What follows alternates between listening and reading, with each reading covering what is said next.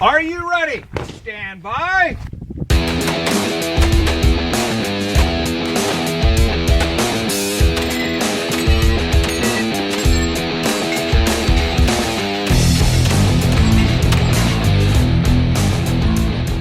Welcome to the Three Gun Show. This is episode 86, and I'm your host, Dave Hartman, coming at you from the NRA Whittington Center in Raton, New Mexico. I'm taking a bit of a break from the podcast action, so for the next couple weeks, you'll be hearing some of the Three Gun Show's greatest hits episodes, and they're hand-selected by me and re-released for your listening enjoyment. This week's episode is a special replay of episode 18 when I interviewed Craig Outzen for the very first time. I chose this one for a couple of reasons. Craig is just plain hilarious, and this interview was one of the more fun ones that I've done. But it also contains a lot of technical knowledge, good stuff too. And Craig actually diagnoses and fixes an SLP shotgun remotely on this podcast, which is kind of cool. So links to everything that we discuss can be found at threegunshow.com/episode 86, or you can just tap the album art on your smartphone and it will take you right there. Now, quick note, I mentioned some contests in the podcast, and I'm sorry, but they have already run their course. The winners have been picked, so better luck next time. Now, I won't be back after the interview, so enjoy this one with Craig Outzen, and I'll catch you next week. When Three Gun gets big enough, I'm sure they'll play music after they announce your name, like in baseball or UFC fights. What song would you want them to play for you? Oh, man. I had this kind of figured out the other day. We might as well, let's do an Eminem song. Okay. Which one? Damn, I can't remember the title of it. Came from the movie. Kind of chronicles his little rap contest. I can't remember the title of it. Lose Yourself. Lose Yourself. That's exactly it. Karen's hollering from the other room at me, by the way. Nice. But yeah, let's go with Lose Yourself. Craig, I hate to be a horrible host and tell you no, but I got to tell you no because Rick Birdsall already chose that one, and Tommy Thacker already chose that one too. The same thing, Rick Birdsall. We can't have the third guy or Eminem's going to sue me. Dave, I quit, man. I got to go.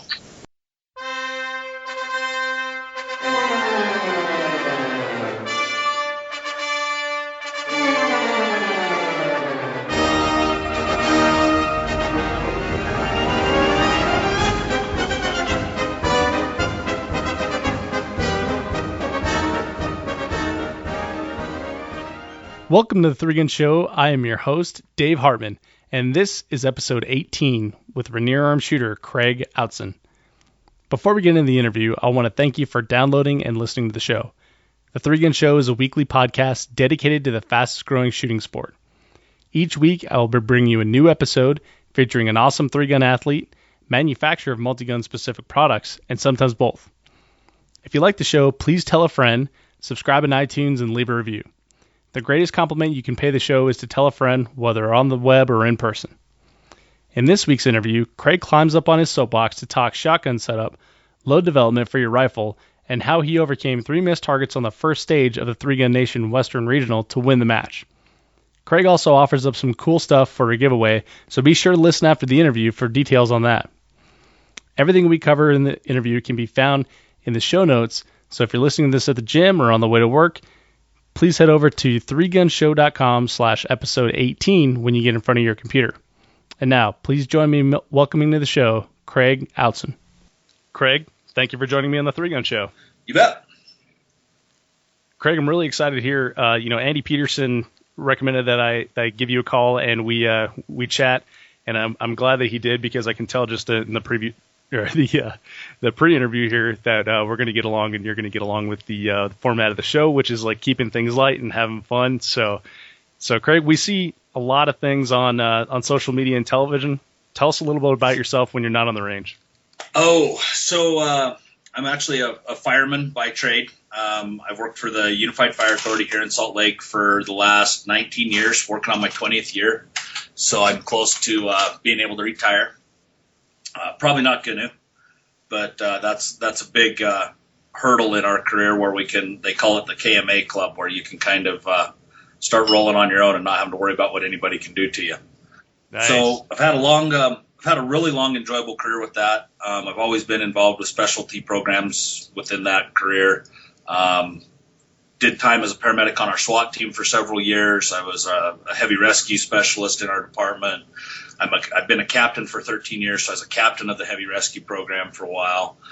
Worked in our training cadre and did a lot of things like that. So I've always kind of been involved with doing things a little bit faster, more high speed, a little more challenging, all that way.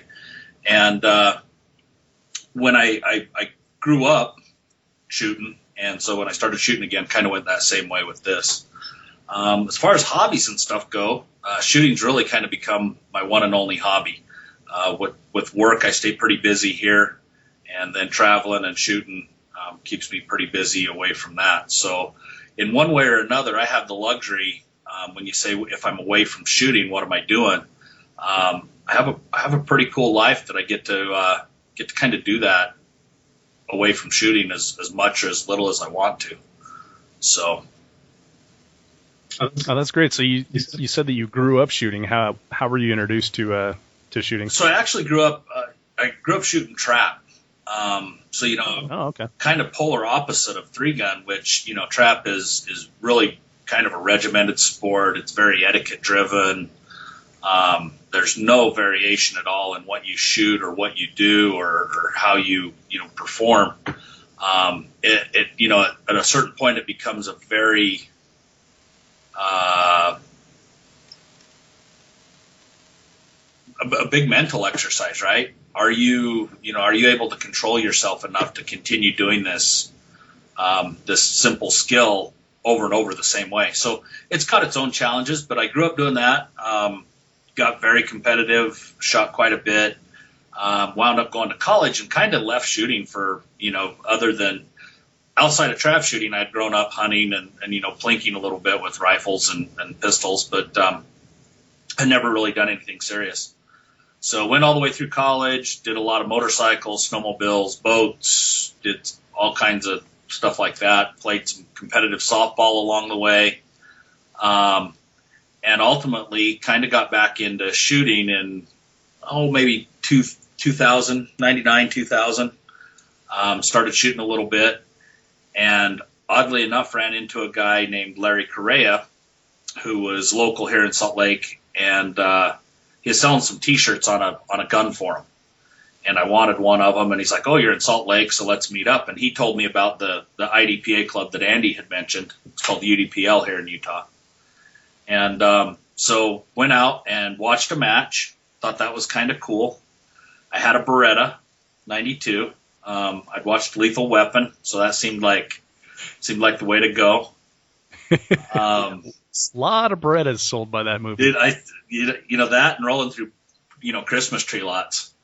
It's funny how much, people get pissed when you dive through their Christmas tree lot, roll around and shoot, cause a big ruckus and whatnot. But yeah, that was honestly it. That movie did sell a lot of them. And I knew nothing. I had never pistols around, growing up had been kind of, I definitely grew up with that flavor in a family of what would you need that for? You had a bolt rifle with a scope on it to go deer hunting, and you had a shotgun.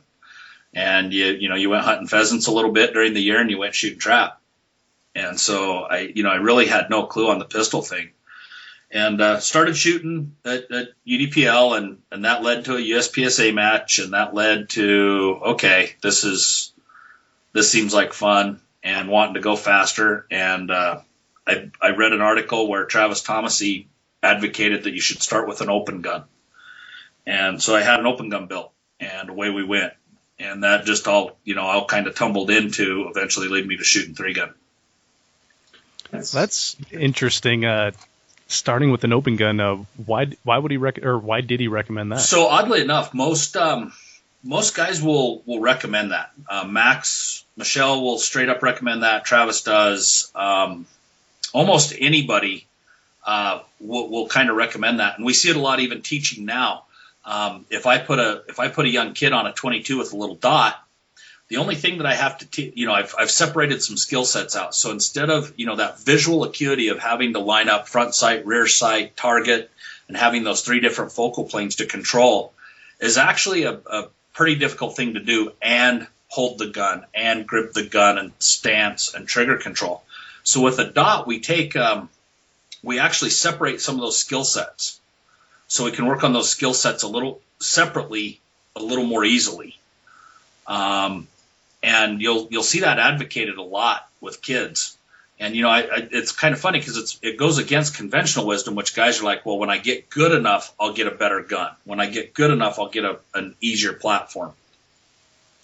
And, it's kind of the opposite. It's true. If I buy the big head driver in golf, I'll actually build a better swing because it's easier to hit that club. So that's interesting that you mention it, like in the context of teaching kids, because when I've let kids shoot my guns too, the first thing I do is put a 22 conversion in an AR-15 with a red dot on it, because it is, like you said, easier for them to shoot. But I had never thought of it in the context of adults. Yeah, yeah, makes complete sense. It absolutely is, right? When and especially when we start talking the pistol, because there's so many things going on, and so if we can say, hey, all you need to do is look at the target, because that dot's going to be, not projected as per se, but it appears as if that dot's on the target. So we only have one focal plane for our eyes to follow. And that takes a huge amount of work out, and we can really work on grip and trigger and all of those kinds of things. And now, once we have somebody with good grip, stance, and trigger control, now we introduce them to an iron-sighted gun, and the only thing they're controlling now is their eyesight, and that's easier as well. So if we do it kind of in reverse from what conventional thought tells us, you see a little bit quicker progression of skills. Dang it. So I need to buy an open gun is what you're saying. I didn't say that at all. That's what I heard. If you wanted to buy an open gun, I think it would benefit you. So then did you start shooting open in USPSA and then just completely leave IDPA behind, or how did that work for you? So started shooting open in USPSA, and obviously I liked it quite a bit better. That actually coincided about one of the first times that IDPA completely rewrote the rule book and, kind of had their little conniption about, they actually named holster makers by name as being non-IDPA compliant and stuff like that. And I'd kind of gotten enough experience with shooting to start kind of seeing some of the logical fallacies of IDPA. If you want to have a different rule set, because I get it. There's no real reason why you dribble a basketball. It's an arbitrary rule. So I'm totally cool with that in games, but they keep trying to justify their arbitrary rules rather than just saying, hey, we want a different game. And so I was kind of got fed up with that. Was having a lot more fun with USPSA. It was faster. It was, we had USPSA matches more frequently here, easier to get to. And I just kind of took off that way and started shooting a lot of open. Was knocking on the door of making master about the time I started shooting 3-gun. And I just shot a couple local 3-guns. And I decided to go to Rocky Mountain 3-gun in 2005. I didn't have, I didn't really go with anybody. I didn't travel with anybody. Nobody was really kind of doing that for my area, but I had time off and there was a big 3-gun, so I went to it. And that same year, I think it was, I won, I believe, Area 1. I won A class. And, I walked with like a Glock pin and a Surefire sticker off the prize table. And I went to Rocky Mountain 3-gun and, I didn't do very well at all. I finished like maybe 50th percentile. And I walked with like an upper off the prize. Sweet. And it didn't take very, I'm not real smart, but it's pretty easy math to go, wait a second, travel costs were the same, food costs were the same, ammo costs were the same. I've got a couple more guns involved here, but wow, you can come. It's a lot more fun. It's, a lot more challenging. There's a lot more going on. And I was kind of hooked at that point. And that was about the point that it started transitioning for me into being almost full-time 3-gun. About the only pistol matches I shoot are kind of like the local state match or, something that's pretty easy to travel to, given that my travel schedule is so busy with 3-gun. So then when you went out to Rocky Mountain 3-gun, did you stick in open class? Actually, no, I didn't. I shot tac scope for first couple of years with 3-gun. So this will date me as far as 3-gun dinosaur type stuff goes. That was a time when, 3-gun's still kind of a cottage industry a little bit. Mm-hmm. But back then, man, you either built it yourself or you didn't get it. And, it was still pretty there was one guy that made side saddles to carry your shells on the shotgun for tac scope. One guy, and that was the you're pretty lucky to get those because he's always back ordered and didn't have them and things like that. So open guns were just completely a mystery to me as far as, the open rifle and the open shotgun and how you'd get that done. But it took me a couple years of trying to shoot slugs out of a shotgun without sights before I was like, I want to put a red dot on that. And I did that with a Benelli and started shooting open about 2007. That's cool. And do you find yourself shooting open most frequently now? Yeah, I much prefer shooting open. There's a lot of guys, there's always kind of a debate. We had a little deal the other day on Facebook. Somebody is talking about how there was, to shoot tac scope because that was the only division that had any talent in it whatsoever. And I was kind of like, just FYI, that Voight guy and Jerry and Tony Holmes and a few other guys shoot open. Just saying. So it's interesting. There's been a few guys on the show that have, said, I prefer shooting tac ops for this reason, but they always stop themselves and say, now open and limited have amazing shooters in them. No, it doesn't seem like they're ignorant enough to just say the only talent there is tac ops. No, and to be fair, the guy who mentioned this, kind of wound up backing up pretty quickly. And well, I'm kind of a new shooter. I didn't really, and it was kind of one of those things of like, well, then be careful with the sweeping statements. Sure. Well, and it could have been just he worded it incorrectly. Like I've found that right. You just say that the widest playing field or the most competitors are in tac ops instead of saying the best. And absolutely right. And here's the thing, and I think it shows itself out. Kind of regardless of the division, if you want to win one of the divisions, any of the big four, heavy, limited, tac scope, or open, and I forget my 3-Gun Nation terms, but factory, the heavies I totally not even gonna give a shot at, but factory, practical, and unlimited, you've got to be on your game. There's, the depth of the number of people in shooting that division might change. But once you get into the top 3 to 5, not only do you have to have some pretty good, a damn good skill set, but you have to be on that day. There's not many places where you can go and win a division and have made mistakes at that match. It just can't happen. And so, you look at, say, the last 3 to 5 years in 3-gun, it's gotten pretty tough all over. And, tac scope is deep because there's a lot of guys that shoot it. But at the same time, if you kind of look at it as a per capita thing, let's say a match has 300 shooters. If 200 of them are in tac scope, what's the percentage that are still the guys who could win that match? And I think the percentages don't change when you jump across. They don't change that much when you jump across the divisions. If you say 10% of the shooters in tac scope can win the match, then, that still goes the same for over and open. 10% of the guys that are shooting it, So. Yeah, that totally makes sense. There's just a lot more of them. Yeah. Yeah. And, that in and of itself can be a big attraction point for the competitive end of things. I think 3-Gun Nation with being a completely tac scope thing with the Pro Series, that kind of established that as a place to be and kind of a standard, if you will. And I think a lot of guys see it that way. Fact of the matter is if you want to win a match, doesn't really matter what division you're in. If we're talking, a pretty decent size national level match, you're going to have to be mistake free, and you better have brought your game.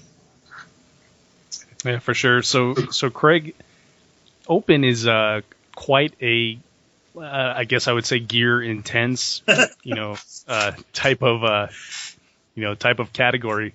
So I want to talk about the gear that you cover, and let's break it down by the each weapon. So tell us about your 3-gun rifle. So rifle wise, rifle setups, I'm not really running anything setup wise that I would run differently than a tac scope rifle.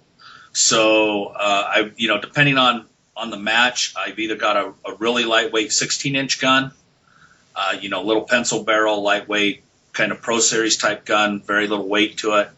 Or, for most regular Outlaw 3-gun matches, I'm running an 18-inch rifle length gas gun. They're always, I generally always set up my guns with an adjustable gas block, a light and bolt carrier. I run Hyperfire triggers, and I am running Rainier Arms guns right now. Ari and John have been really good about setting me up stuff.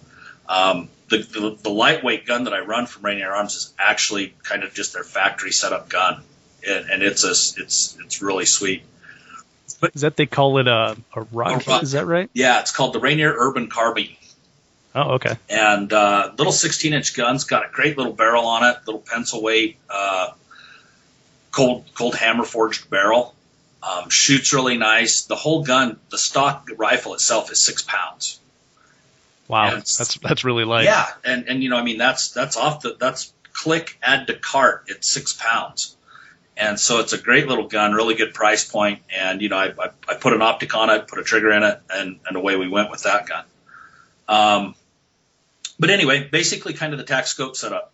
I run a US Optics 1-8, regardless of whether it's a pro match or an Outlaw 3-gun match.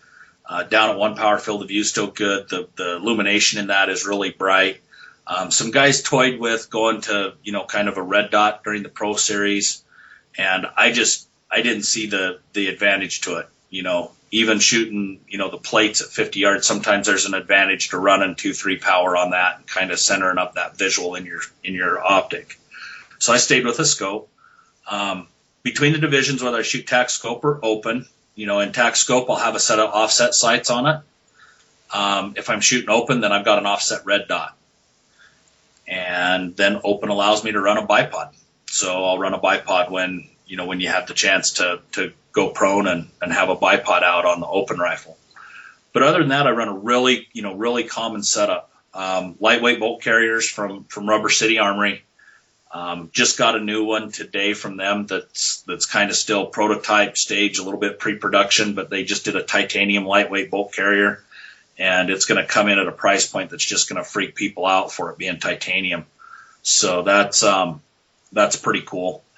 But yeah, that is cool. I saw that on I think it was Facebook or Instagram or something like that. But do you remember what it weighed? What the weight of that was? So the bolt carrier full up is 7.9 ounces. That's with bolt, firing pin, gas key, and everything on it. The carrier with just the gas key alone is 5.8 ounces. Wow, that's really light. Yeah, it's pretty light. There's a couple of carriers out there that are a little more lightweight, and I haven't. This is just my own guess. I haven't had the chance to really sit down and dig with Shade and Chris as to how they pick this. But Tim Ubel at TACCOM has an awesome little ultra lightweight recoil system, and basically it's 2 Delrin plugs and your spring. And so it takes all your buffer weight out. So what it allows you to do is actually get the feel of a much lighter bolt carrier without that buffer weight in the gun. And so they had a little room with this carrier to make sure that it was beefed up and stress-wise, shape-wise was strong enough to give them a long-lasting carrier. And so it's going to be neat to kind of beat on it a little bit and see what it'll do. I'm thinking, as much as we've got the guns not recoiling now, this is just going to be another little step that's going to really help the gun settle down as you shoot it. That's way cool. I'll be interested to see, how that testing goes for you. So you have to keep us updated on it. Yeah, it's one of those things too that I leave for Ironman Saturday, and so you always say, "Oh, I'll never put a new part in a gun or anything." No, you should totally do that. Well, yeah. That sounds like a great idea. Exactly. Right? And you say that, and then I might end up running it this weekend, but we'll see. So I might have a report if I can get out in the next couple days and put some rounds downrange with it and make sure it's running. It might be in the gun this weekend. That's awesome. That's fantastic. So I want to back up to you mentioned you have an 18-inch rifle that you shoot as well. Which barrel are you using in that? So it's I I have a problem with sexy parts and things like that. You could get me to buy some really stupid things if you wrapped them in carbon fiber. And then just put it on a rifle right before a match. Right. You could, if it's carbon fiber or anodized aluminum, I kind of, squirrel. And so I gave Greg Hamilton a call and bought one of the proof barrels and kind of wanted to see what they're about. I'd heard not good and bad, but I'd heard, people saying, oh, they're really cool. And some people say, well, they're not quite as cool as their cost or whatever. But some people kind of freak out about barrel pricing. And if you really think about it, 223, it's pretty easy to get, say, 10, 12,000 rounds through a barrel before it starts showing some accuracy deterioration. And if you look at the cost on that, that's $30,000. So whether you pay $300 for a barrel or $1,000 for a barrel, you're still less than 1%. Way less than 1% of your ammo cost to wear that out. That's, so got one from Greg, and it's a very cool barrel. So far, I haven't had a lot of time. I just got the upper put together and things like that. So I haven't had a lot of rounds through it, but it's really shooting well. It is a little bit lighter than a normal 18-inch barrel. And what I really like about that is I've saved the weight, but I can still run a rifle-length gas system, which I think is really important in a rifle. That's pretty cool. So what is it about the rifle-length gas system that you think is so important? So when we're talking about how the guns run, we can shorten the gas system up to mid-length or carbine length. And we can still put an adjustable gas block on them and try to take recoil out of the gun. But where the recoil is, one of the things that's really affecting that recoil is the time at which we're trying to extract the brass out of the chamber. And with a carbine length or a mid-length gun, we're still trying to extract that brass when it's really, really pressurized against the chamber walls. So even though we've taken the steps to mitigate that recoil with turning the gas down in a lightweight carrier and lightening up the buffer and recoil system, like that. When we do it in a rifle length gas system, we've bought a little bit more time and the chamber pressure is down and the gun tends to just run a little bit smoother. I don't think that anybody, if you blindfolded somebody and handed them a gun and asked them to pick the smoothest feeling gun, they're always going to kind of gravitate to that rifle length gas system because of that chamber pressure issue, all other things being equal. That's a great way of explaining it. So we talked about your rifle setup. We know what kind of optic you have on top of it. When you have your offset red dot in open, what kind of offset red dot are you using? I have gravitated all the way to Leupold Delta points. It's the only mini red dot sight that I've had live on the open shotguns. So we'll segue into the shotgun setup. And then I've run a Leupold Delta point on my open pistol for like the last 5 years, and they've just been rock solid for me. I like the fact that I'm not turning the mini red dot on and off. It's automatic. The Leupold seemed to get the adjustments right for the mini red dots. That a lot of the mini red dots kind of take a reading from the ambient light and then they set the dot brightness themselves. And Leupold seemed to really get it right because there's some of them that kind of get fooled if you're standing in shade shooting into sun or standing in sun shooting into shade, vice versa type of thing. And so I've just been really impressed with that sight. And then the fact is we're pretty rough on gear, and I'm especially hard on gear, I think. And I've managed to break a lot of things, and I just haven't managed to break one yet from regular use. I did break one I was cutting it open or trying to get it open, and I cut a lead off the battery. So, but that's not a durability issue. That's just big dummy Mongo with a knife issue. So yeah, they've just worked for me. They keep working for me. So I'll stick with that and be happy with it. That's cool. So do you have like the same reticle across all three guns? I actually, so in total and it's funny. It's been really nice to get some sponsorships and get things. All of my Delta points I've actually bought myself. and I own 5 of them. So 4 of them have the triangle reticle in them, and I've got 1 dot reticle that I picked up just as a backup that I've never used. It stayed in a little plastic box that kind of travels in my spare parts kit. Cool. So that's kind of nice that you get the the same sight picture with everything then. Yep. If it's a red dot, if my pistol's got the same triangle in it, the side dot on my rifle's got the triangle in it, and then my shotgun runs a triangle. So we're the same exact visual red dot vision across the spectrum. So yeah, it's good. It's easy on the eye. I like it. So let's make that transition then and talk about your 3-gun shotgun. Yeehaw! So I run a box fed shotgun, which until it's there. I always get this. Wow, that's the best running Sega I've ever seen. And my first step is well, it's not a Sega. I run it started off as a Turkish gun called an Actal, but Firebird Precision builds them, and now it's the gun is no longer even the stock gun. We make the upper and lower for it. It's almost a complete American-made gun, but it's called the TAC 12A1. So it's a box-fed 12 gauge. Geometry on it is everything about an AR. The stock is flat, in line with the bore.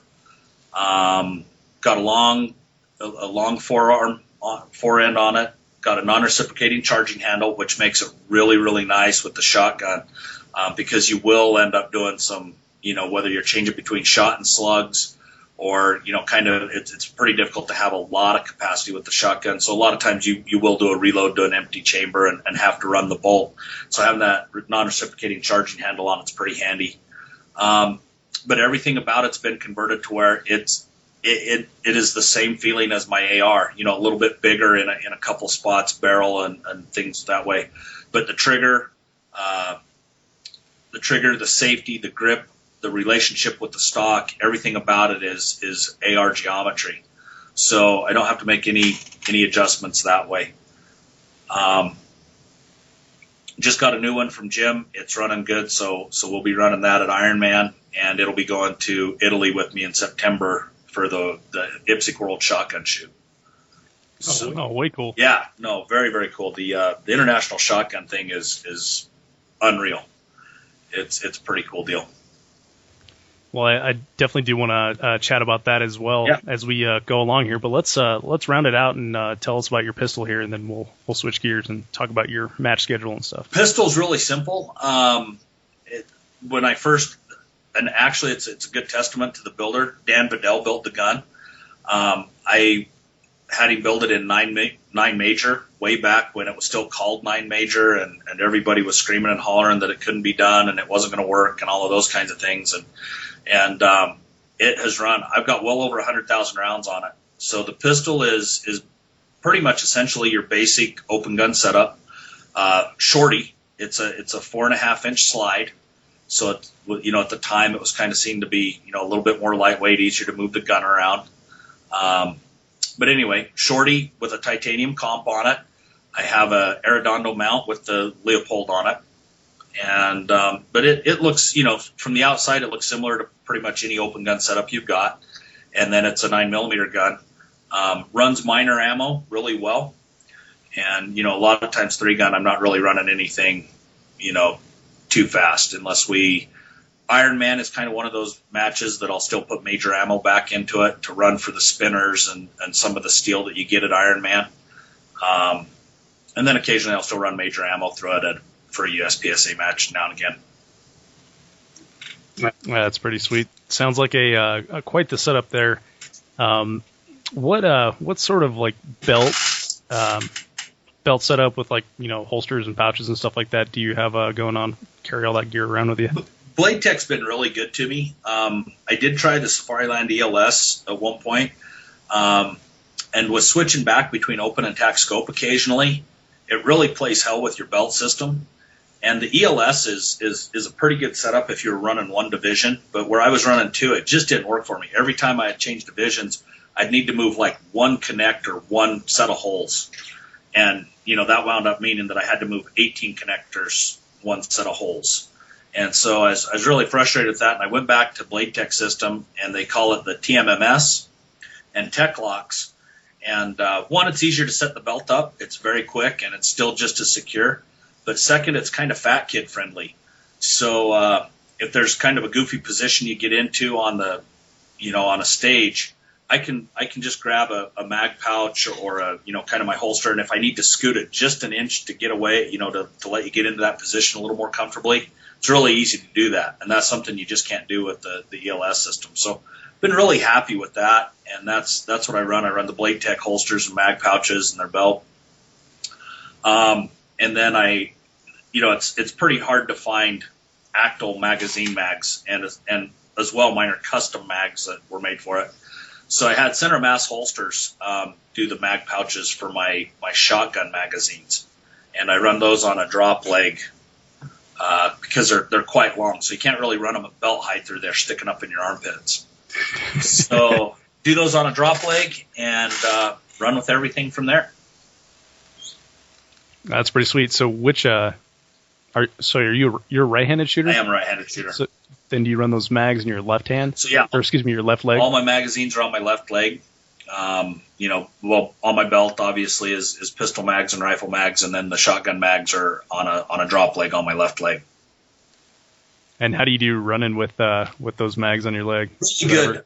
Become a hindrance? Center Mass was really cool about doing it. They're a smaller company, so they can do kind of the custom stuff. And what I did was just had to make the mags really deep. With the shotgun mags, from early on when I was running Sega mags and now the Actals, you can't, the normal holders only hold, say, like 3 inches on the mag. Well, that's a whole lot of leverage, even at 12 or 15 rounds, for that mag to just work itself out, and you'd run with it. So I had those made pretty deep, and it's pretty secure. There's nothing. I haven't run into very many matches yet where I've got to put a hand down and keep the mag in. So as long as the run isn't some kind of crazy, let's run 100 yards for no reason to go shoot, Yeah. it's the mags stay together pretty well. I haven't lost a mag yet, I guess, so working pretty good. Well, shoot, they must be working then. Yeah. All right. Well, so switching up gears a little bit here, I do want to talk to you about the Italy IPSC, the IPSC World Shotgun Championship that you're going to be doing. Right. Sounds exciting. I've talked to a few people that are going there so far, and I had no clue that they had like an unlimited or an open division. So tell us about that. Yeah. So actually, open worldwide IPSC Open is probably a more popular division than here in the States. When we went to Hungary for the inaugural World Shotgun Championship, open and what they call standard, which would be, the tac scope type guns, open and standard were pretty well equally attended. And so across Europe, and this is kind of speaking generality, but across Europe, there's a lot of rules in different countries about not having military calibers. So you can't have a 9x19 gun in Italy. You can have a 9x21 pistol, but it can't shoot 9x19. And the same goes for kind of 223 and things like that. So the one gun that's not as restricted across Europe is the shotgun. So it translates really well for international IPSC. And so the shotgun match is incredibly varied. And the teams and the people take it pretty seriously. And so being Europe as well, with as many restrictions on firearms they have, most of your shooters are either very well connected within law enforcement or military, or they're very affluent. And so, you see big teams come. The Russian team was really active. The Italian team is very cohesive. They bring a team of like 50 people to shoot. So it's just it's a much bigger spectacle than we're used to here in the States. Another little oddity to the gun laws, you can't really have a prize table and give away guns. Somebody can't take it home, right? So there's really not much in the way of prize tables, and they truly make up for it. The award ceremonies are very formal. Everybody's in, at the very least, slacks and a jacket. opening ceremony for the World Shoot was a full-on walking into the square of the city we were in, Debrecen, Hungary.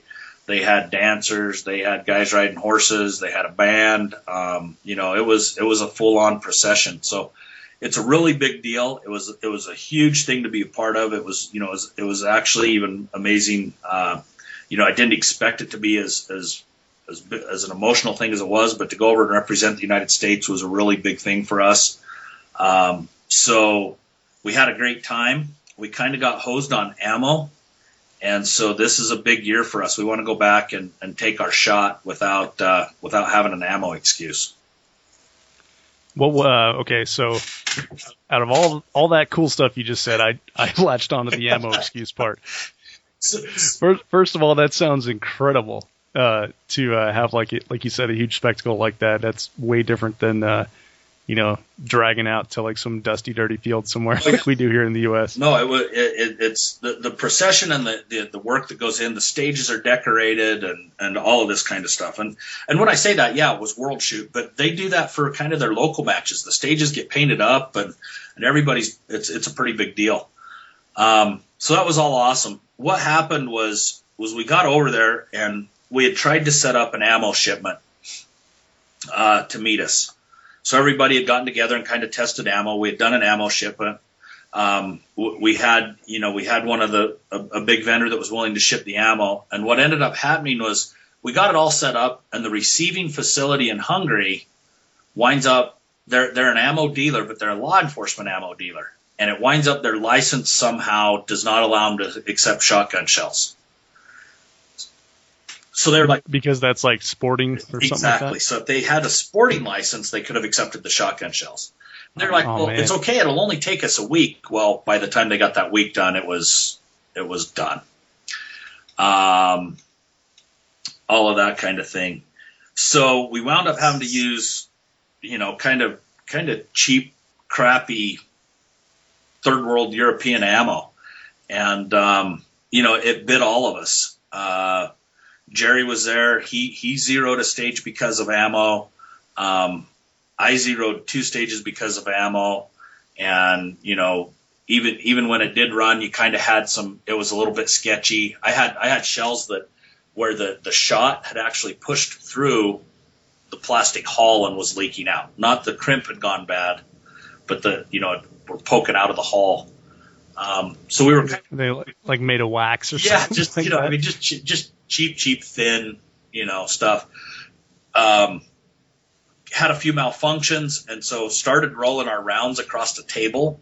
And like when you go into a bad bar with shitty pull cues, yeah, and you roll the pull cue, and it's just this U shape. There were several rounds that were doing that when you'd roll it across the table. So it was one of those things. It's you hate to make excuses, but it was one of those things that was kind of out of our power, and we want to go back and see what we can do. Our ammo, our guns, not having to worry about anything, and see what we could do. I'm pretty sure. I think Jerry wound up 8th or 9th, and if he hadn't zeroed that stage, he would have definitely medaled, if not had a pretty good shot at winning. Because, like I said, there was little malfunctions that happened, and those play into your head, just as bad. And he shot an incredible match. That guy is just that was one of the first experiences I had spending a lot of time with Jerry, and he's just a machine.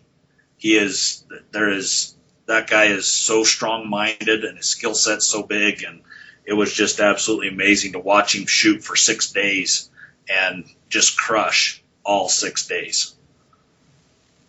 That's pretty amazing, but heartbreaker that the ammo held you guys back. That's rough. Like, even when you have like one ammo failure, it can toss a stage or even a match. But shoot, I can't imagine having like cases of junk. On the upside, though, I'll tell you what, it was pretty amazing.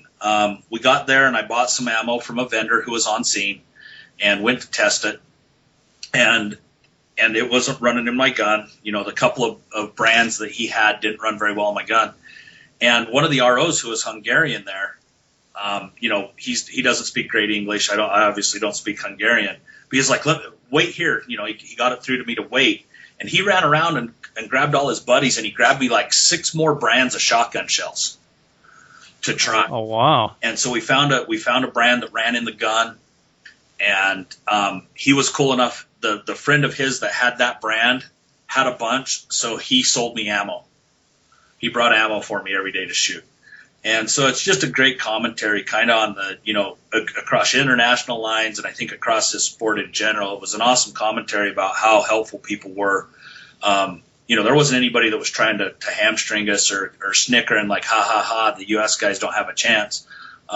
They were still, on the lookout of like, hey, okay, here's some ammo. Let's get you up and running so that you can have as good a match as you can. So, I mean, that was, that's still one of those incredibly enjoyable things about this sport is kind of just the level of the people and the level of the camaraderie that goes on. Yeah, for sure. And that's great to hear that it happens on an international level as well. Yep, absolutely. Yeah, people were great. Like I said, the odd part about it was the same Italian guy that helped me RO, and we ran into each other at the Pan American shotgun match in Kentucky, and I wound up loaning a friend of his a couple sleeves of slugs. So it was really cool payback, to be able to help them out here. Yeah, absolutely. It feels good to be able to return the favor for sure. Yep, absolutely. That's pretty cool, Craig. So earlier in the week, you hit me up and said, Dave, I have an idea of something to talk about on the show. I want to talk about how you don't need to be a fit guy in 3-gun or gal. So it came up today, not just fitness. And here's the deal. Let me preface this all the way with, if you increase your fitness, it's obviously going to help you in kind of all aspects of your shooting. You're going to be able to handle the heat a little better. You're going to be able to handle a little dehydration a little better. You're going to be able to move better, all of those things. There is no doubt that whatever your fitness level is, if you can increase it, it's going to help you out. My argument is simply that it might not be the biggest bang for the buck in absolute payoff when you're looking at limited time to practice, trying to balance family, trying to balance work and all of those kinds of things. And the reason I say that, and I'm not calling anybody out, but we've got some amazing shooters that clearly are not into fitness. Right. And, and what I'm saying is their work with their eye-hand coordination, their work with their visual skills, their work with their platform, their work with their movement and ability to read a stage. I just wanted to say there's a lot to that guys can take away from it.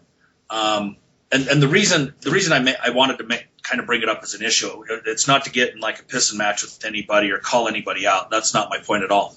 The reason I wanted to bring that up is when we have a guy who's say 55 and looking at the sport, I don't want him getting the idea that he can't come and be competitive because he's not, he's not out running around with Rich Fronig and getting fit at a box somewhere. So I want them to know that there's still things you can do. I think that's one of the great things about this sport is you don't have to be an Olympic, a national level athlete to compete in it with your athleticism. There's a lot to this sport that allows you to be competitive and have a little bit broader of an audience. And so that was kind of the reason I wanted to bring that up and just point that out that, sometimes, they made I don't know if you remember, big deal with Tiger Woods several years ago. They're making a big thing about he's the first guy in golf to ever lift weights and he's in such great shape and all this. And there was absolute truth to that. But Tiger was just doing like a very simple general fitness regimen. It wasn't like he was really, cranking anything out in the way of physical ability. And I guess that's kind of the point too is there's a lot to breaking down stages, your shooting skills. And sometimes, if you've got limited time during the week, maybe some practice is a better payoff than some fitness. I'm not down in it. I'm just saying, being honest about what's the bigger bang for the buck. Yeah, it's a good point that you make there, and I've definitely been smoked by guys that are 20 years older than me and 90 pounds heavier than I am. So I'll tell a story, and I can tell this story because it doesn't involve anybody who even shoots 3-gun anymore. Okay. Well, This ought to be good. It does because it involves Matt Burkett, but he's not the guy that's going to wind up looking like the dummy. But a guy that would travel with us and shoot is very into fitness. And anytime you talked about like gear or equipment and making upgrades like that, he'd refuse it, right? He didn't need a comp on his rifle because he wasn't a pansy and he could take the recoil and blah, blah, blah, blah, blah. And it was like, well, it's not about recoil bothering us. It's about the gun working better, you know? And so we were actually at Rocky Mountain 3 Gun and he shot a stage and it was this all slug stage running up and down through a mountain. And, you know, you're at 7,000 feet in New Mexico. So, you know, you're kind of sucking a little wind anyway. And he shoots it and you know, not necessarily a bad time, but I don't remember what the times were, but let's say he shoots it like 100 seconds. And, we're standing there and Matt Burkett shoots it like in 52 seconds. And this guy completely has like a level 7 come apart. You know, he's just like, Dad, look at him. He's having a cigarette. He doesn't even look like he's ever been to a gym. And he's just going off on this whole deal because in his mind, he can't, you know, quell the dissonance of here's a guy who's got an amazing natural level of eye-hand coordination and talent and knows the game and his guns run and he's got the right equipment and he's broke down stages and he's learned all of this. He can't get that to rationalize in his head how this guy is that much better of a shooter than he is because by God, he's really fit.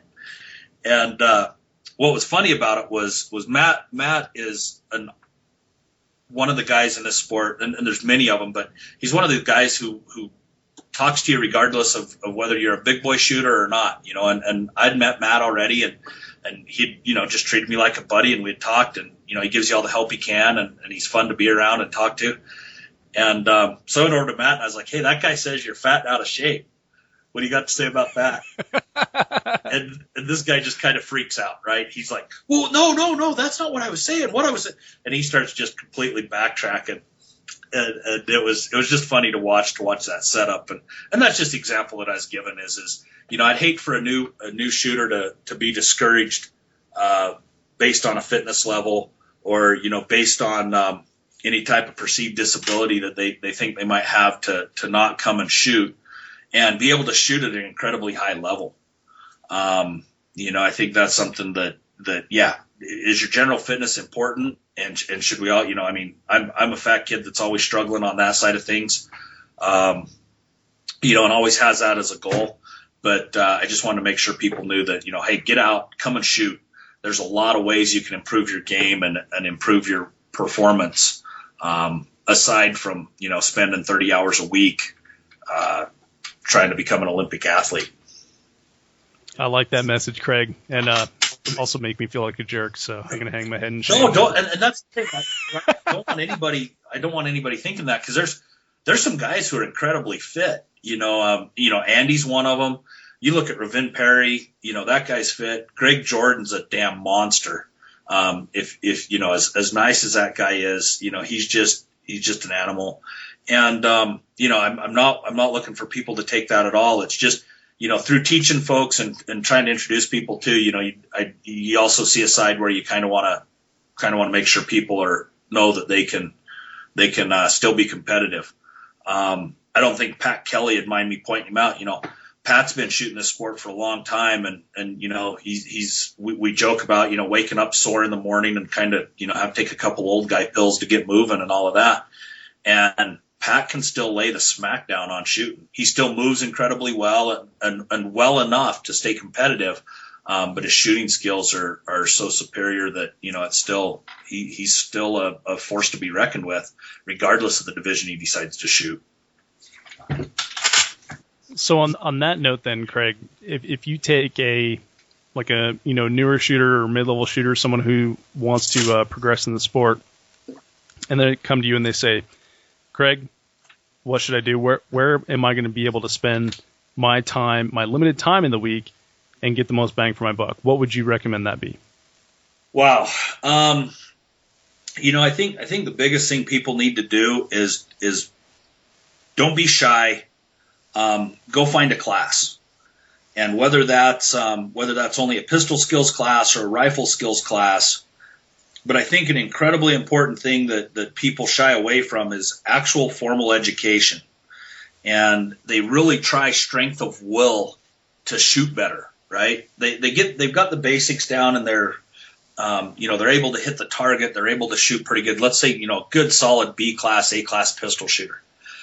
But they've never really broken down the technical skills, and they might not really have an actual understanding of what's going on with the gun and recoil and what's going on with the visual cycle and the trigger cycle and all of those kinds of things. And I think that's at the point where they can really benefit from going and getting some help. And there's so many guys out there that are incredible instructors and have done an incredible job breaking down the skill sets. There's probably fewer in 3-gun, and more in pistol. But you look at how Keith Garcia has broken down some 3-gun drills to their base elements, and those things I think are the things that pay off the biggest amount. Not shooting more ammo without a purpose, not shooting more ammo without a direction, but actually having a focused practice regimen based on proven skill sets. Second to that, there is that get out and shoot. We've become. There are so many things in this little game that promise a solution to your training problems, right? Buy this product, you'll get faster. Buy this product, you'll shoot all A's. And I'm going to share a quote from Travis Gibson. I was actually just looking it up on my iPad because I wanted to get it right. I don't know everything there is to know about shooting, but I found nothing you can eat, listen to, read, whittle, Dremel, bolt on, or file is going to improve your shooting like better practice. So I think that's great. Yeah. It's and we've all been down that road. It's funny because I will tell guys straight up, hey, look, I am giving you the classic do as I say, not as I do thing. I've chased, different gun setups and different optic setups and this and that and on down the line. And, when we were talking about this kind of goes hand in hand with the exercise discussion, there was a little discussion about loads on Facebook just earlier today. And guys were discussing, some really foofy handgun loads. And it was like, by the time you get your gun running with 110, 120 power factor loads, by the time you spend the time reloading it and, all of this kind of thing, even getting prepared to shoot them, are you really that far ahead if you'd have taken all that time, given the factory ammo right now is pretty reasonable, and went out and shot? Is the actual empirical gain with 120 power factor load that much over 135 power factor load that it was worth dedicating 6 or 8 hours to it versus 6 to 8 hours of really dedicated practice? And so I think that's kind of the message that I would give those mid-level guys. Save your money, save your money for a class. Save your money to take a class from Daniel, from Keith. We're starting, Brian Nelson and I and Andy are starting to try to put together some stuff with TPC down at St. George. Let's get to a class and let's actually do some really focused practice and some really focused drills. And those hours of smart practice, I think, are going to be the biggest payoffs. It's not the next gun setup. It's not, it's not a striker fired gun versus a 1911 pattern gun. It's not the next, which is the best shotgun to buy? Oh my hell. How many hours have you spent at the computer reading about shotguns, not reading about shotguns, arguing about which one's the best, not arguing which, and all of that time could have been spent practicing. Yeah, So, that's a good point. If I had like $1 for every time someone told me my Mossberg 930 was a piece of junk and it was going to fail during the match, I could actually buy a Benelli. But and here's the deal. Benelli's malfunction too. Well, here's the other thing. Don't tell me that during a match. Right.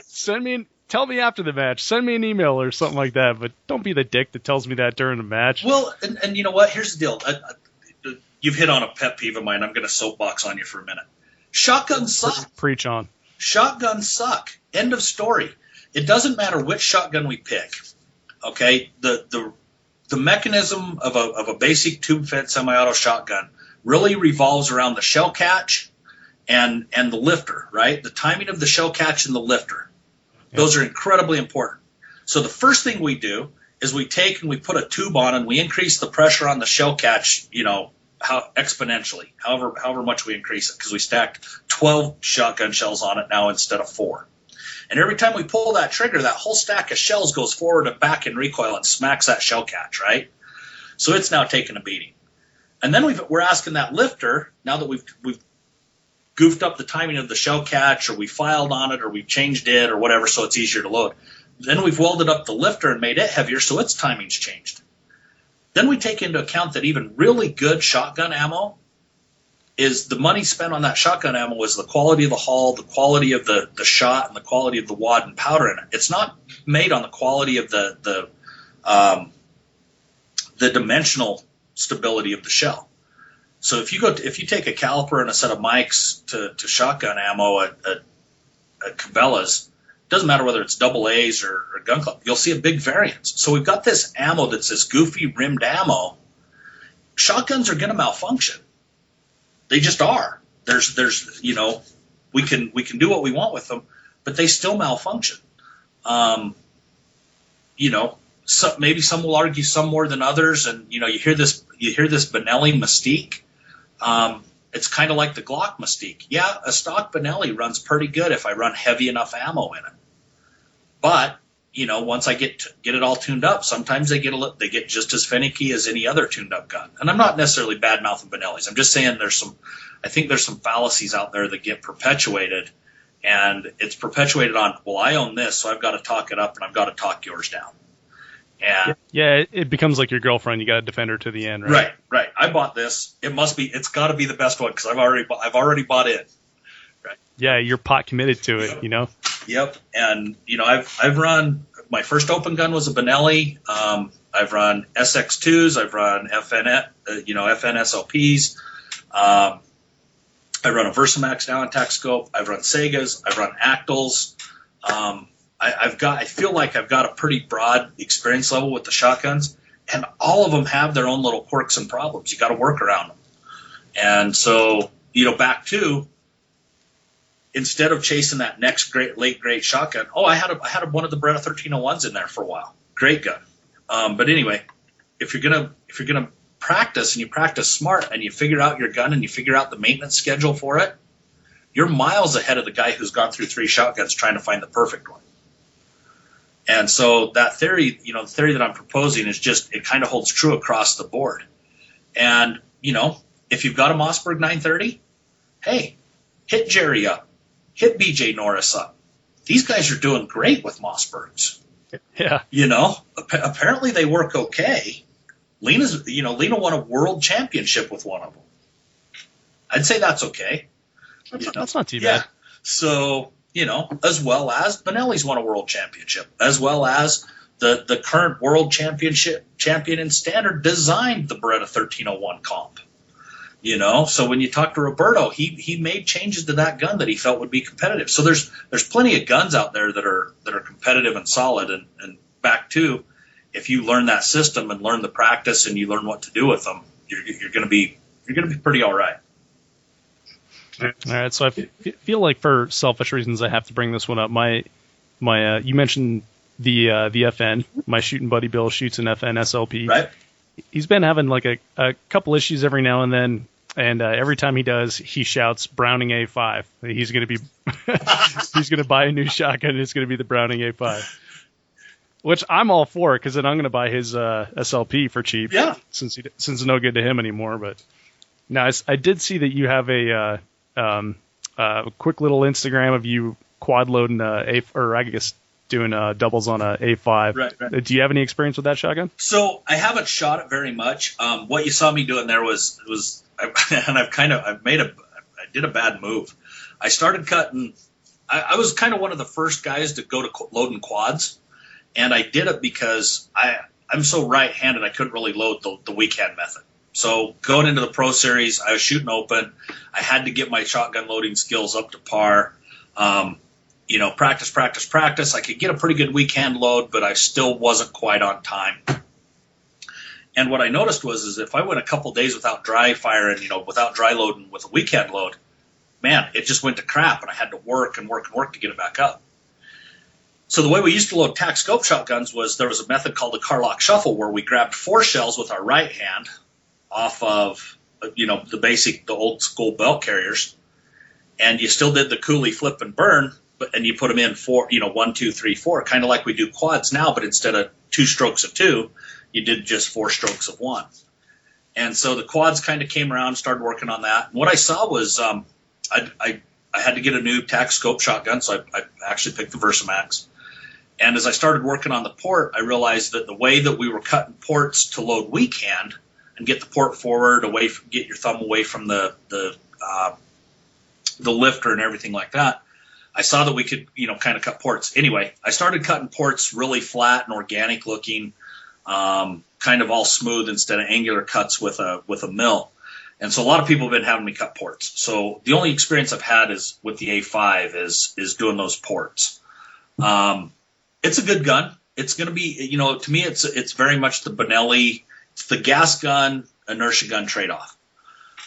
There might be an edge in the inertia guns to reliability, but what you give up is they're lighter. So what you end up eating is you eat more recoil, and you have to run a ammo that actually exacerbates that recoil, so the inertia system works well with them.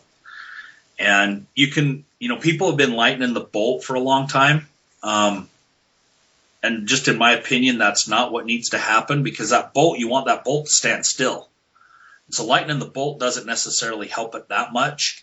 And what you wind up seeing is on high-speed camera, you watch that bolt bounce a bunch of times closing. And so I think that's what ends up being a couple of Benelli malfunctions. Once in a while, that bolt just timing-wise bounces out, and you don't get the round go off. But anyway, that's the inertia gun thing. I think the A5 is kind of an interesting gun. Loading-wise, it's cool. With the load your own feature, you don't have to learn a dry load with it. The port is really cool. The stock is out of the way of the forearm is out of the way of the loading port. So I wouldn't hesitate to try an A5. But to be honest with you, the SLPs and the SX2s, I had really good luck with them running really well. When you did have a malfunction, generally it was one of two things. There's the shell stop in the SX2 and the FN has 2 springs in it. And so if you have a malfunction, a feedway malfunction with an SX2 or an FN, replace those 2 springs on the shell catch and replace your magazine spring. And my experience was 99% of the time that solved whatever was causing your gun to malfunction. The second thing you can do is from both Browning and Winchester, you can get their light sporting clay piston. And you run that, and then it runs light loads. It's really soft shooting. And my experience, the guns run really well. There's not a lot to, some people badmouth them, but I've had pretty good luck with them. Well, that's great to hear. I'm sure. I hope that was helpful to someone other than Bill. Hey, Larry, where's my hat? Right? Yeah, exactly.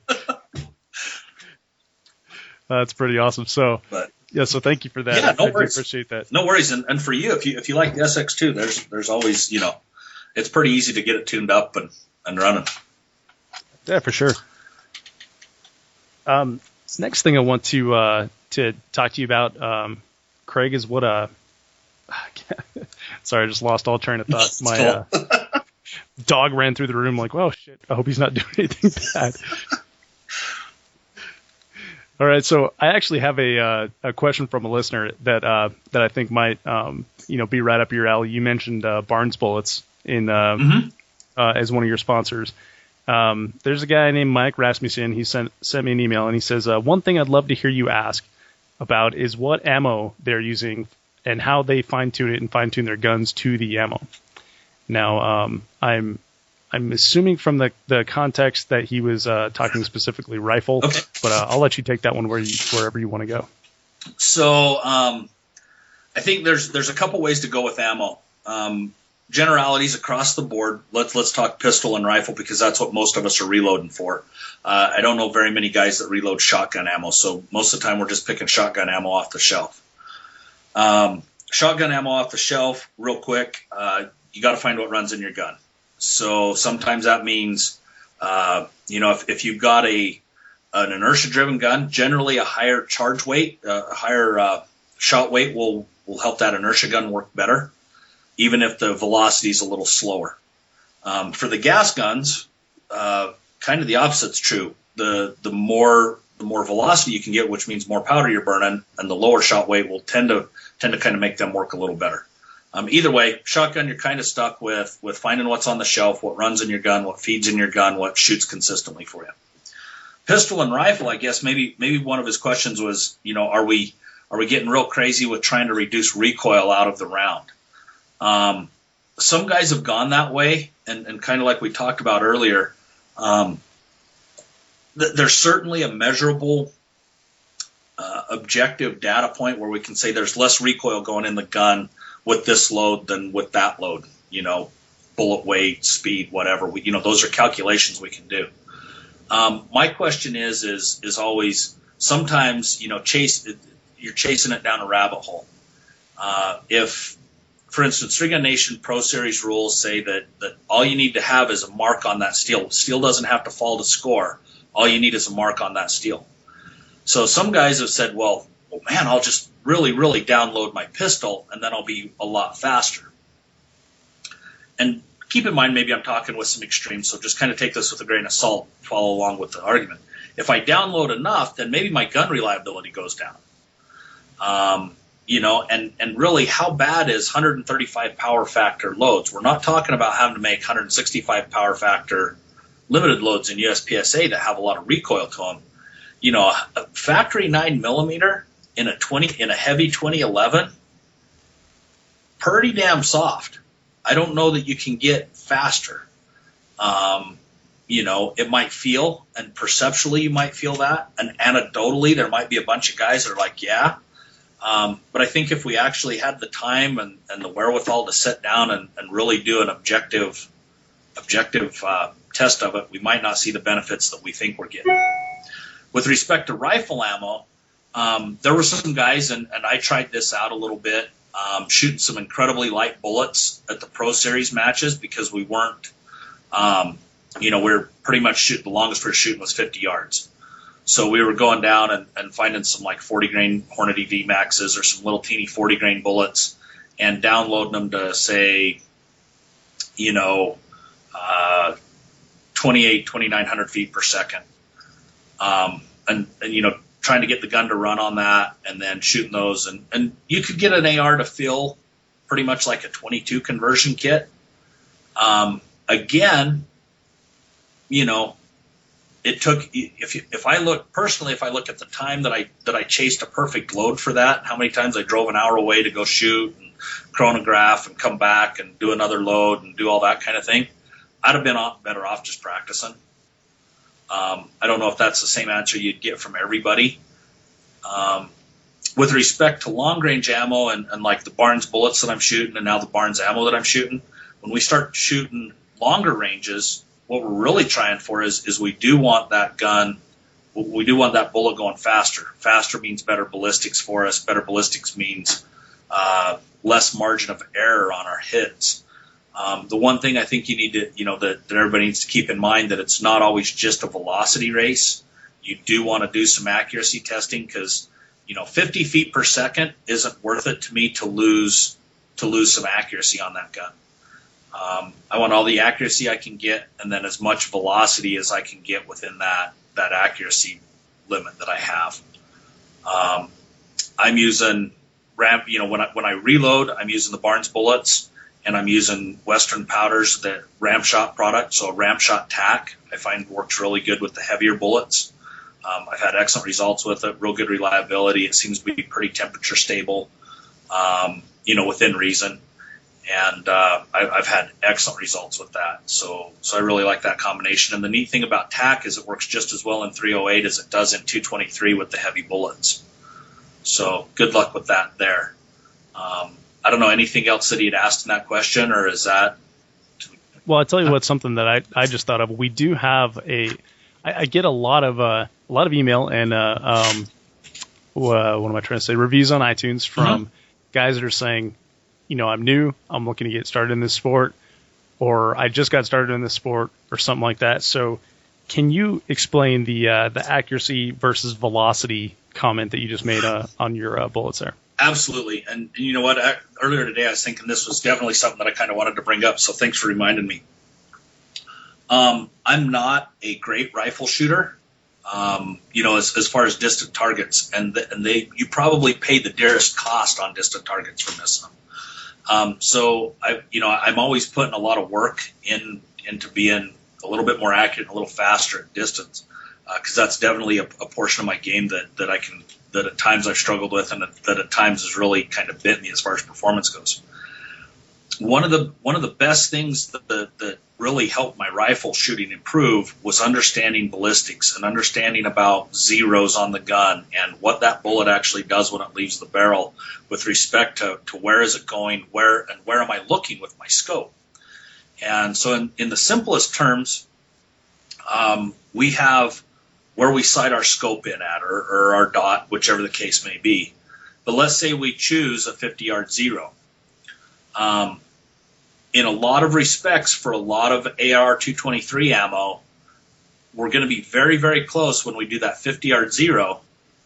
The scope line is approximately 2.5 inches above the bore line on an AR. So that bullet comes out 2.5 inches below where we're looking. So what we've essentially done with that zero is we've now created an angle between the line that we're looking on and the line that our barrel is pointed. So that bullet comes out of the barrel, it starts to rise, it rises high enough, it rises 2.5 inches approximately in 50 yards, and it hits the target at 50 yards right on the dot that we're looking at. Well, it continues to rise up, fighting gravity. As gravity pulls on, it gets about 2.5 inches above that line that we're looking along, somewhere around in the 100 to 125 yard range, and then it starts coming back down towards that line. It recrosses that line at approximately 200 yards, give or take, depending on the load. We're just kind of talking rough figures. And then it continues on down below that line the farther we go out. So now below that line we'll have a drop to 300 yards and a drop to 400 yards, a drop to 500 yards. It really helped me to start, and JBM Ballistics online is a great resource because it's a free ballistic calculator. You can sit there all day long. It's got a huge bullet library. You can put in velocities, and you can look all day long at the drop charts and see what your bullet's going to do. And for me, that really helped me start to understand what was going on when I started shooting at distance. So if I zeroed my rifle at 200 yards and I had a 325 yard target, I started to understand why I needed to hold exactly where I needed to hold on that target. And why, if there was a stiff crosswind, it was, wind affected the bullet more than if it was a quartering wind. And so understanding those ballistics and what the bullet does, I think is a big help to newer shooters. And there's a lot of misinformation out there about how to zero a gun or what distances to zero a gun. And I think it kind of helps, getting some of that ballistic information kind of helps you understand what you're trying to accomplish and what you're trying to do, and gives you a little better of an idea of what's going to happen when you're shooting. So you recommend running all that stuff through the ballistic calculator based on your setup and stuff like that, and then how do you take that information out to the range and put it into practice? So yeah, I definitely say you've got to, in order to hit at distance, you've got to do that with the, maybe a buddy's got a chronograph or whatever. You have to know what that load's doing out of your gun to be able to put it in the ballistic calculator and find that out. The other thing that I'm saying is use the ballistic calculator as a tool to just sit there and change parameters and see what your bullet does differently. If you want to look at what happens when you zero at 100 yards, what that arc looks like, what that, that bullet path looks like versus when you zero at 300 or 250 or 23 yards, whatever. It kind of teaches you that. The second thing is as a new shooter, yes, getting chrono data or having a pretty damn close idea of what the muzzle velocity of the bullet you're running is really important for you to know what your hold's going to be when you have a 400-yard target or a 367-yard target. You need to know where your gun is zeroed, where you've chosen that zero to be, and where that is in relation to where that target's going to be when you need to hit it. And I do see a lot of new shooters that don't have kind of that basic understanding, and it's really tough because they honestly don't know what they don't know. And somebody's told them, hold 6 inches high at 300. So they're like, okay, I'll hold 6 inches high. Well, they don't know that the guy that told them to hold 6 inches high has a different zero on his gun than they do. And that 6 inches is irrelevant to them. And that leads to a lot of confusion. So I think that's one of the things that helped me with rifle shooting a lot was to go out and learn and kind of force myself to understand what was going on with the scope and barrel relationship of the gun, and then what's happening ballistically with the path of the bullet. That really, and it led me to a higher level of confidence shooting long distance, because before, if I missed at long distance, all of a sudden I had all those questions pop into my head. Well, is my zero off? Is this off? Do I know this? What's going on? And now, when I have a miss at distance, I kind of have a better check off to go through as to what's going on. Did I call the wind right? Did I can kind of be more systematic in finding why I'm not getting my hit. Oh, that's great. And that's good data to have, and a shorter checklist is probably better when you're on the clock. Whenever you're thinking or shooting on hope, yeah, it's ticking faster than you think. Yeah, no joke. When you're sitting there going, God, I hope I hit it this time. That's there's a couple times it's going bad when that's going on, or if you're talking to the RO. If you and the RO are having a conversation, shit's not good, man. That's true. That's true. It's just not going well. Well, Craig, one thing that has gone well for you this season is you had a great Three Gun Nation Western Regional match. I want to see if you can tell us just a brief wrap up on that match, and then tell us what your match schedule looks like for the remainder of the season. So, yeah, you know what? That match was awesome. I stepped up to the first stage. Felt great. Gear was ready. For one of the first times in a long time, I'd actually taken the off season and had a little, actually got some gear ready to go. Everything was going good, and I stepped up and I took 30 seconds in penalties on the first stage. So, so I'm just like, oh man, that sucked. So, went to the second stage, and the second stage was actually kind of just a fun, it was kind of just a little classifier stage, and shot well on it, shot well on the third stage, and had an actual pretty good fourth stage. And so that was the first day, and we left the match, and girlfriend Karen was with me, and we were Mike and Maggie and Trav and Tracy, and we all went out to dinner, and we're just kind of, hanging out, and we've got a really good group of people that travel together, and so, we're cutting up at dinner and all of that, and get back to the hotel, and Karen looks up and she sees looks up scores. She's like, oh, you're shooting really well. And I'm like, no, I give up 30 seconds. That's a disaster. There's no way. And as it turned out, if there was one place that I could forget to shoot 3 targets, it was those 3 targets. And, it actually was one of those kind of quirky advantages to where 3 targets I chose not to shoot was actually kind of a little bit of a competitive advantage. And even though I gave away 30 points on the stage or 30 seconds on the stage, I was wound up with like a 3rd or 4th place finish on that stage. Wow, that is not often you hear that. No, and it was just kind of like I said, just a quirk of the stage design or a quirk of the stage in and of itself. Nothing that I don't think anybody would have looked at it and chosen not to do that, or anything like that. There was nothing like that involved. You actually had a long run with your pistol, and you're shooting a lot of close paper. And when you got to the rifle, there was a dump bucket, but there was 3 distant pistol targets, like 40 to 60 yards. And at the end of that run, I was getting up to where the rifle position was, and you were running with your rifle slung.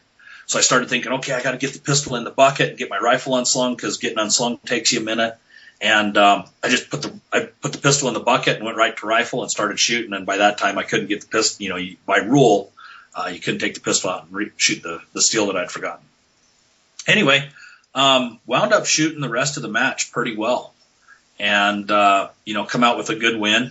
And it was neat because Barnes was there. It was the first match they'd ever really had done any kind of sponsorship things with. It was the first year that we had really gotten rolling with the sponsorship between us. So it was actually really cool that way. And it was my first major match win. It was the first big match win. And so all went well, but I can kind of chalk it up to having some really good runs when I was kind of relaxed and didn't have anything on the fence anymore. I thought that I'd given up the time, and there was no shot. So was I don't want to say playing around. I'm pretty competitive by nature, but there was probably a little bit of pressure that wasn't there, causing the normal things to go sideways. That's interesting. So is that going to change the way you approach stages and maybe matches, down the road here? To a degree, yeah. I think, I think any time that you're talking about high levels of performance, you want to be in a relaxed enough state that you're letting your training and your subconscious kind of control what you do. If, like we just talked about, if you're thinking about what you're doing on the clock, you're going slow. If you're having a conversation with the RO, that it's the time's ticking. So you really do kind of want to be in that relaxed state where your subconscious training kind of takes over and allows you to shoot. So I'm always an advocate for that. I think getting the first match win was really important to kind of like finally have that deal, like that little self-validation, like, yeah, I'm here. I've been chasing Jerry and Tony Holmes and Mike Boyd and, chasing Travis and there's a group of us that have shot open for a little while and you're always kind of trading paint and chasing each other. And so it was just a good validation to be like, okay, I can actually do it. So that comfort level really helps. But at the same time, that there's still no mistakes allowed. Your gear's got to run. You've got to be spot on. Nothing can really go sideways for you. And, that plays a huge role in that too. Well, that's fantastic. So congratulations on that match win then. Well, thank you. Appreciate it. And so what other matches this season are you looking forward to? So we've got MGM Ironman coming up next week. Well, this weekend actually. So that's a big match every year. It's huge just in the sense that MGM is just an awesome company, and I've gotten to be wonderful friends with the whole family, and it's just a big important week. It's a huge match. It's unlike any other 3-gun that you're gonna shoot anywhere, and so it's good to get prepped up for that. You're just gonna get beat up for 3 days.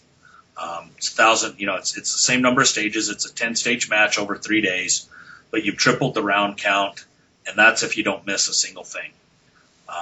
You'll also do things there that you don't do at any other match. I've never, you don't go to any other match in this world and shoot slugs at an MGM spinner at 50 yards distance, standing on a teeter-totter.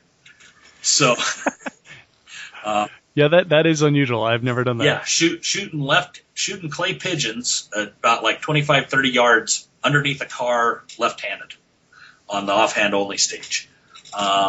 There's no other match that has 900-yard bonus targets. So, there's all kinds of craziness going on. So that's a big match for me. After that, I don't have a match in July. I'd plan on the Northwest Multi-Gun Challenge, but they weren't able to hold that this year. So just start prepping for 3-Gun Junior Camp, which is a really big, important. That's a big deal for me. I love doing that. I love working with those kids.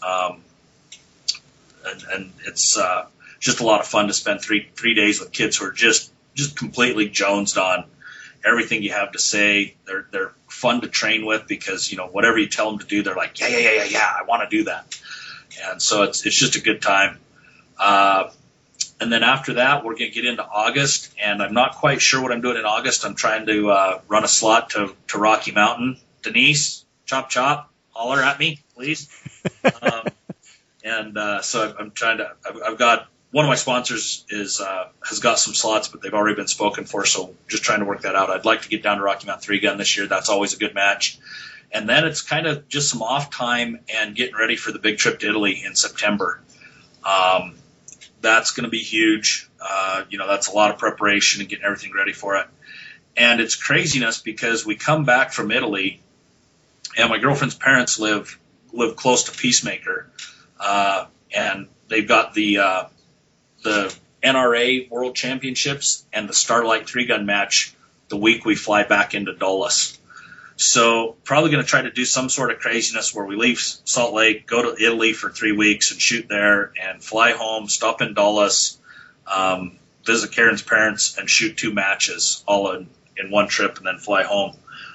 Not quite sure how the logistics are going to work because it's going to require shipping, stuff everywhere, but that'll be another big one. And the only other thing for sure is another Pete Rensing match, and that's the Surefire World Championship down in Vegas. So we'll get that done and kind of wrap up the year and see where we're at. Sounds like quite the schedule and an awesome year there. You know what? It's been, I couldn't be more grateful for how much I get to shoot. I tell people all the time, people are like, oh, they throw around the term professional shooter or sponsored this and sponsored that. And I'm absolutely grateful for how much support I get from industry and some really good people and really good companies. And, it really does. It's allowed me to shoot like 14 to 16 events a year. And it's just unreal. We, have a good time, met good friends, and it's really neat to get out and how many people you meet. And it never ceases to amaze me. Somebody coming up and being like, I heard you on the 3-Gun Show, my name's so-and-so, I got to ask you a question. And I love that stuff. And I love, being able to sit and BS with them and help them out any way I can. Because there are so many people who help me that way, and who still help me that way. There are so many guys out there that are wide open to asking questions. So I really have tried to take that to heart and make sure that I try to do the best that I can when people come up and have those questions and get to have those conversations and meet them. That's way cool. So totally living the dream right there. So Craig, absolutely. So Craig, you mentioned the the MGM 3-Gun Junior Camp. Do you have any other projects or promotions coming up that you'd like to tell us about? So projects and promotion wise, nothing huge that way. So 3-Gun Junior Camp is just kind of that yearly deal. Project wise with sponsors, there's always cool stuff going on. I mentioned the titanium carrier with Rubber City. There's some stuff like that. I've been running a really cool lube for the last few years, and I wasn't a lube guy. And Phil's starting to really try to be more supportive in the shooting arena and try to build that grassroots things.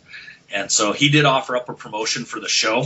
So we can talk about that afterwards, and you can kind of do something to help promote your site. We'll do something with Phil and give a listener a nice package of Prolix cleaner and stuff.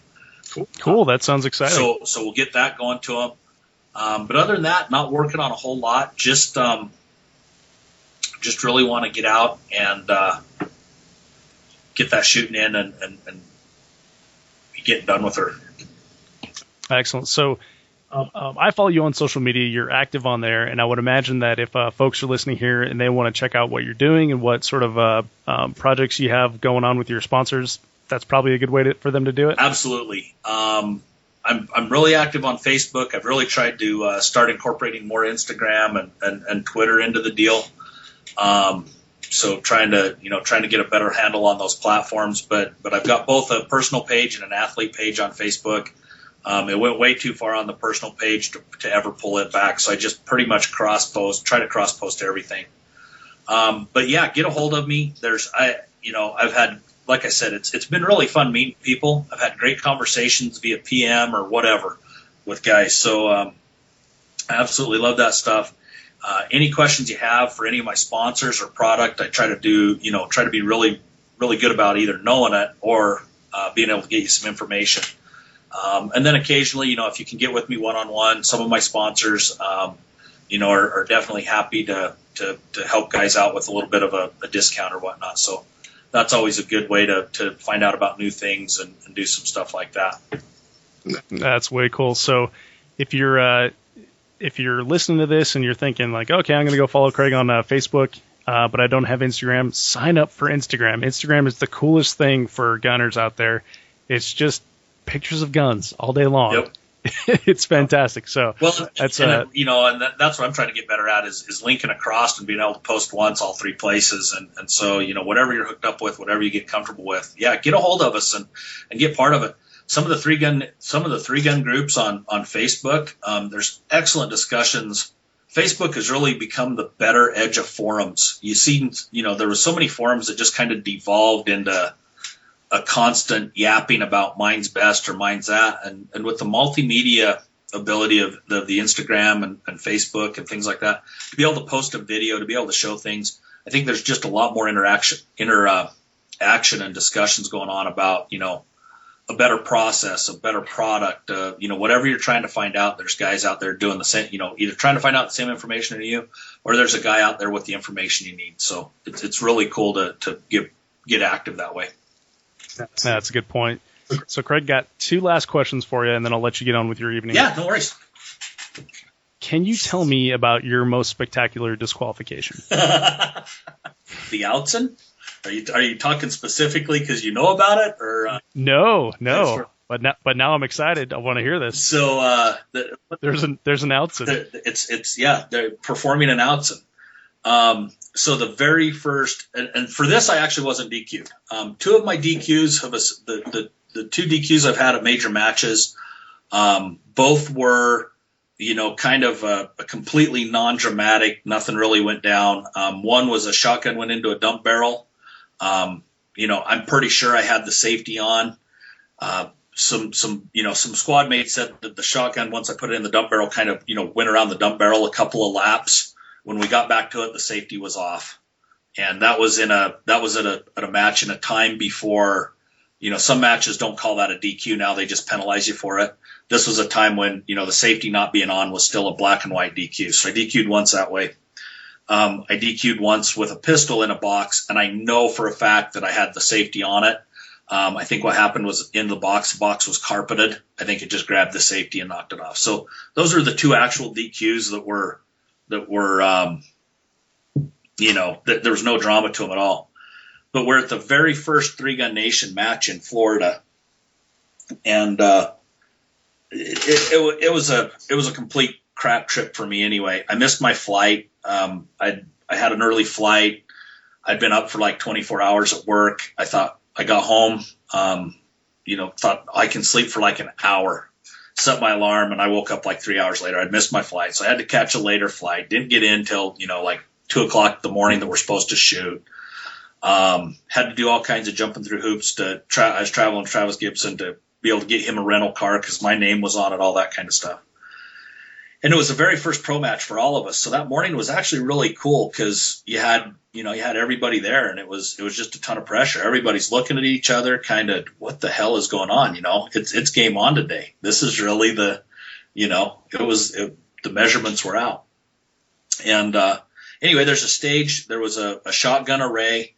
I probably should have shot, in hindsight, I should have shot it a different direction, but I shot it right to left, and that took me from targets that were kind of high. There's clays, just static clays, to some clays that got pretty close out in front of you, low on the ground. And it was 8 rounds. I knew, from my reloads, I was going to have 9 in the gun. So I shot it, and I knew I had 1 extra. My intention the whole time was to burn it. But by the time I shot the last clay, I was getting pretty close to the bucket. So I'd kind of unmounted the gun, and I went to burn the round, and it was close. I dumped the shotgun in the barrel, went on and shot the pistol. So the RO didn't stop me, nothing like that. And, I knew it was close, but when you're shooting, it's not, you're not really, your visual awareness isn't exactly right where that's at. It apparently looked a hell of a lot worse from the peanut gallery. So there was some pretty good peanut gallery video of it. I think, there's a great video of Clint Upchurch jumping behind Keith Garcia or something just as a joke. And, it's not a nice place where we play. We don't really care about each other's feelings. So there's some of that going on in the background. I finished the stage, and they ran another shooter. And by then there kind of become this, oh man, that really should have been a DQ. So it turned into this whole dramatic thing. Rob Romero came out and measured it, and they looked at video and kind of came back. And so, I'm kind of having to argue for my life type of thing. And I'm kind of just going by the basic argument that, if the RO would have said stop, I probably wouldn't have had a real good excuse. Probably wouldn't have had much of an argument. But he let me shoot. And then you guys ran somebody else. So you can't really tell me where my feet were. We can still see the hole that I blew in the ground. That was pretty close. But anyway, it turned into a bunch of drama. I got a call from Pete Brown that was like, hey, we kind of want to make this like a teaser film for 3-Gun Nation, because it was the season I was on the show where we were doing characters rather than competition. So it was there was a group of us that they kind of picked to be characters: Pat Kelly, myself, and Keith Garcia, Mark Hanisch, Matt Burkett, Brian Ray, Kalani, and Jesse. And so they were kind of following us because, to be more like a colorful year. So he's like, man, we really want to use this as a color piece. So I did it, and it got this whole life of its own. There was a couple of forums that were like, that guy's an asshole. He argued with the RO. He should have been DQ'd. He should have been thrown out. And there was other guys, no. It did exactly kind of what they wanted. It was truly kind of the reality TV story. But that was the most dramatic. And then subsequently, a couple other guys have done that same thing, and it was affectionately maybe dubbed in a meme or two as the Outzen. So what happened? I committed an Outzen. Oh, that's great. So yeah, that's my that's the dramatic DQ story that has taken on a life of its own. Good time. So next time you burn around, just point her up a little bit more. Yeah, you know what? Be sure when you're burning around, burn it into the berm. Like I said, it was definitely a mistake on my part. And like I said, if the RO would have said stop right then, there probably would have been not much of an argument that I'd have had at all. But live and learn, go on. Chad beat me up for it for about a year in interviews. He was always like, "Do you think you got away with one?" And and when I finally had that pistol DQ came later that year, and so Chad asked me in another interview on TV, he's like, "Well, so do you think that was karma for the one you got away with?" So it was. I've definitely paid the price for it. Yeah, no kidding. Over. But it was good times to see a couple other guys do it and see it dubbed the Outzen, and so it's become a pretty good little lighthearted lesson to pay attention to what you're doing a little better. Excellent, and that's a good lesson. So, Craig, if you can leave the audience with just one thought or one piece of advice, what would it be? Come shoot. There's so many guys all the time. I think one of the biggest hurdles we always have is guys like, "Hey, I've got a gun and I'm kind of interested. It looks really cool." And this guy's watching it. He can't wait to try to come shoot, but he's really intimidated. He may be scared a little bit about skill set. He's scared that he doesn't have the right guns or gear. There's always those personal perceptions of what it's going to take to shoot. I just really want people to come shoot. I want them to come out and whether it's me they meet or any other of, a couple hundred guys that I can personally vouch for, I hope they meet that guy at their first match who, has some extra gear. They're going to meet that guy that has extra gear for them. It's going to help them out with ammo, going to help them out with stage planning, going to, try to take them through shooting the match and get them through safe and having fun. And I just want people to know that regardless of how intimidated you are by watching videos or maybe seeing some of the discussions that happen on the internet, that the actual practice is that there's a lot of fun and come out and do it. And regardless of who you run into that might put you off a little bit might seem a little arrogant, there's 100. Remember, all of us started somewhere. I started out with a Wilson KZ-45 shooting USPSA, a Beretta for hell's sakes. I didn't have cool gear. I thought I was cool, but we all started somewhere, and we all make crazy mistakes, and we all make gear purchase mistakes. Hop in the pool and capitalize on the advantage that you've got by talking to guys who have been there and get having fun and participatory in this sport. That is fantastic advice, Craig. Great way to end the show. Well, Craig, thank you so much for your time. Absolutely. This has been a lot of fun. I'm really glad you joined us. Thank you so much. Well, thanks for getting a hold of me, man. I like doing this, and that was a good conversation, man. Thank you. I hope you enjoyed that interview with Craig Outzen of Team Rainier Arms. Craig mentioned that he was going to work with one of his sponsors, Prolix Lubricants, to do a giveaway, and he really came through. Craig and the good folks at Prolix have offered up a half-gallon jug of Prolix, 8-ounce spray bottle of Prolix, and a 2-ounce bottle of Extra Tea, along with a cleaning tool.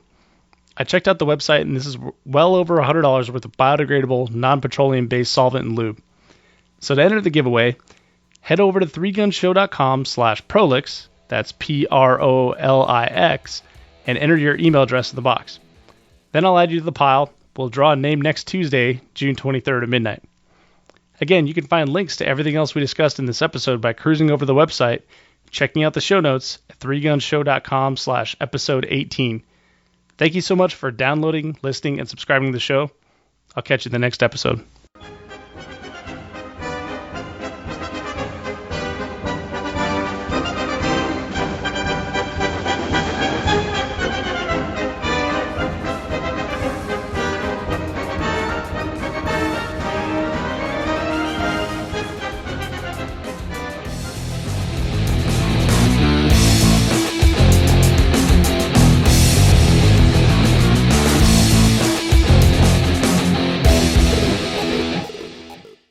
If you are finished, unload, show clear.